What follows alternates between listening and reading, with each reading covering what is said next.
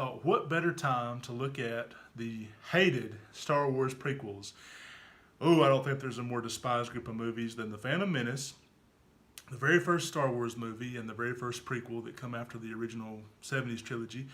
And then not the Clone Wars, the Clones Attack or something like that. See, Attack of the Clones. They're so memorable, those prequel movies. And then Revenge of the Sith. Now, typically, Revenge of the Sith is the most well-respected of those three because it's the darkest. You have Anakin Skywalker fully turning into Darth Vader, massacring the Jedi, including the young Jedi, the children Jedi at the temple. An intergalactic war on the Jedi is declared. The Emperor absorbs an empire, and it becomes this very dark force that's spread all over the galaxy. You know, real feel-good, blockbuster type stuff. And basically, it's like watching Trump's inauguration for 2 hours or so.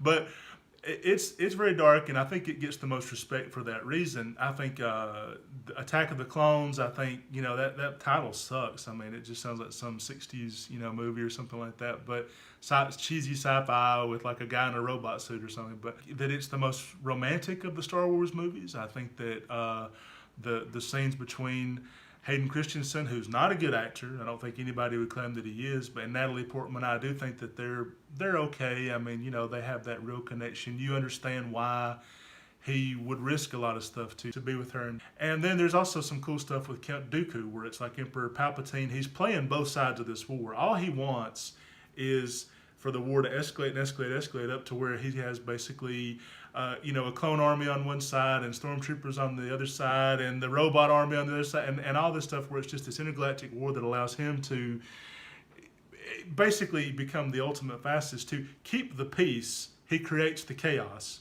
So you create all this chaos, and then people are just so desperate for peace, they'll be like, sure, take it. Take the whole world. We'll just follow you, And I think it was smart of George Lucas to have him do that. So that leaves The Phantom Menace, which I think is, nobody likes this movie. They don't like Jake Lloyd as kind of a way too cheery, way too apple cheeked version of Anakin Skywalker. I mean, it's hard to believe that he eventually becomes Darth Vader. I mean, at one point he literally says, yippee! And like, it just seems so little kiddish in a way. And then you got the character probably that universally despised, Jar Jar Binks, who, sounds like somebody abusing painkillers and trying to, I don't know, people thought he was racist or some kind of ethnic stereotype, and he's annoying. He's just a dumbass, really, that goes around. I mean, people complain about those Ewoks in Return of the Jedi, and I guess George Lucas was like, oh yeah, you think Ewoks are bad? I'll double down. I'll show you fucking bad, and put Jar Jar Binks in there. But I think The Phantom Menace has a couple of really good scenes, like there's one where Natalie Portman goes to the Senate and Emperor Palpatine, the future Emperor Palpatine, then Senator Palpatine, is manipulating her into getting rid of the head of the Senate because it's like, oh, he's dysfunctional, he's weak, he's slow, he doesn't adapt to what's happening, he doesn't care enough about the crisis we're in, and he's trying to, push her into making him the head of the Senate, which she does. And then he also manipulates and gets like more powers to declare war and things like that in the second movie. And you see that what they think is a cure really becomes the sickness. And I think that's so smart. And you see the seeds of that in The Phantom Menace. And of course they play out better in Attack of the Clones and Revenge of the Sith.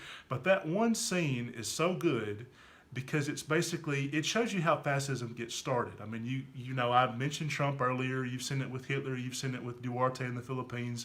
There's a crisis. They come out of a crisis. Sometimes they create it to come out of that crisis, but there's something terrible already happening, or something's dysfunctional, or they feel like the democracy's too slow. There's voices, yeah. And I mean, right now we feel it all the time. You get on Twitter and you say, oh, it's good morning. How's it going? Well, I guess it is good morning if you're white and male and cis and heterosexual or something. And we've got a kaleidoscopic nation in that people are gonna turn on you for little things, anything. Meanwhile, big things don't get done. Like, yes, people tweet about racism and they tweet about sexism and they tweet about heteronormative or dominant figures or whatever like that. But it's still hard for black people to get hired for a job or to get a scholarship or to get into a good university. Harder for them now than it was 20, 30 years ago.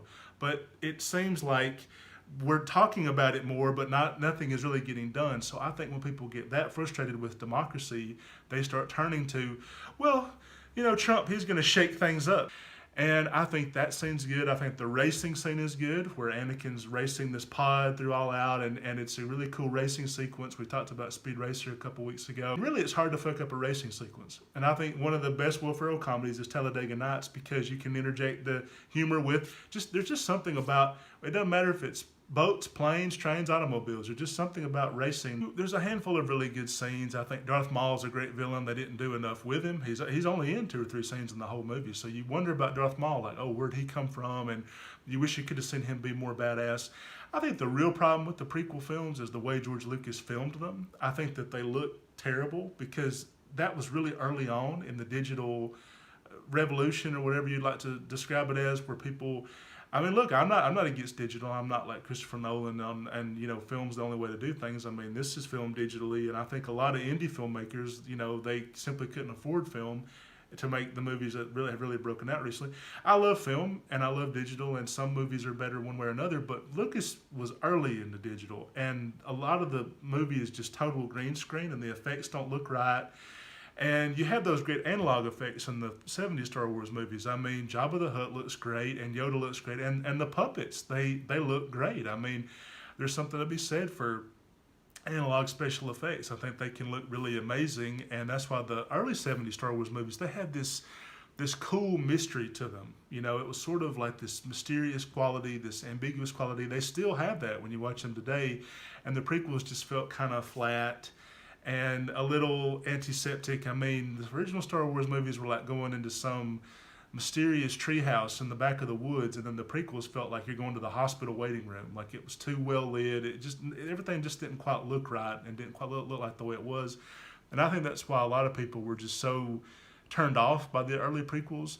But now they look a little bit better, because so many movies have done overly digital things. I still don't think they're good movies, but I don't think the new movies are any better. I think The Force Awakens sucked. I actually think that's probably worse than the prequel films, because it felt like a cover band. I mean, at least George Lucas is showing you this great arc. The great arc of the prequel films is fascism, and how seductive it is, and the lure of it, and how it can speak to you in ways you never thought possible, and it can really corrupt people because it pulls them into a certain way of order over chaos. And Anakin's fall, is a great arc. The new trilogy, they don't have an arc. I mean, it's just watching the same shit we've already seen, but with new characters, where in The Force Awakens, Harrison Ford is the Obi-Wan Kenobi character, and, Kylo Ren is the Darth. I mean, it just doesn't work, really. I mean, and the new characters are flat. They don't have any charisma. But it's been shown that you don't have to make the original 70s movies to make a great Star Wars film. In Rogue One, which I think is easily the best Star Wars movie that's not The Empire Strikes Back. So besides The Empire Strikes Back, possibly Star Wars, I think Rogue One is easily the second or third best Star Wars movie ever made. And that's a new one that had nothing to do with George Lucas. It had nothing to do with the original characters, hardly. We see them make cameos. But Darth Vader and Princess Leia don't even need to be in that movie for it to work. It's just a rousing story of fascism is taking over. The rebellion is fraying at every end. Everybody's against each other. And what do you do when that happens? And there's that great line that Forrest Whitaker says, where he's sacrificing himself for her to get out of there, and says, keep the rebellion alive, save the dream. And it's just hard not to be moved by something like that, because that's another great arc. So that's how I would rank the Star Wars movies. And maybe if you watch the prequels again, you might see something that you didn't see before. But the prequels don't totally work, because, again, it's a very, very dark arc with no real payoff. You have to watch Rogue One to be like, okay, here's the payoff. I think if you add Rogue One as the 4th in that series, it's way better, because it's like, okay, here's these 3 depressing-ass pitch black movies that get darker as they keep going, even though Lucas puts in kids and animal sidekicks and all this weird cutesy comedy and stuff. But because it ends so pitch black, it's really not satisfying until you watch Rogue One and see, okay, this is how you keep a rebellion alive. Even it's always darkest before the dawn, and maybe a lot of people die, but sometimes they do that to keep the dream alive. So that's how I'd rank it.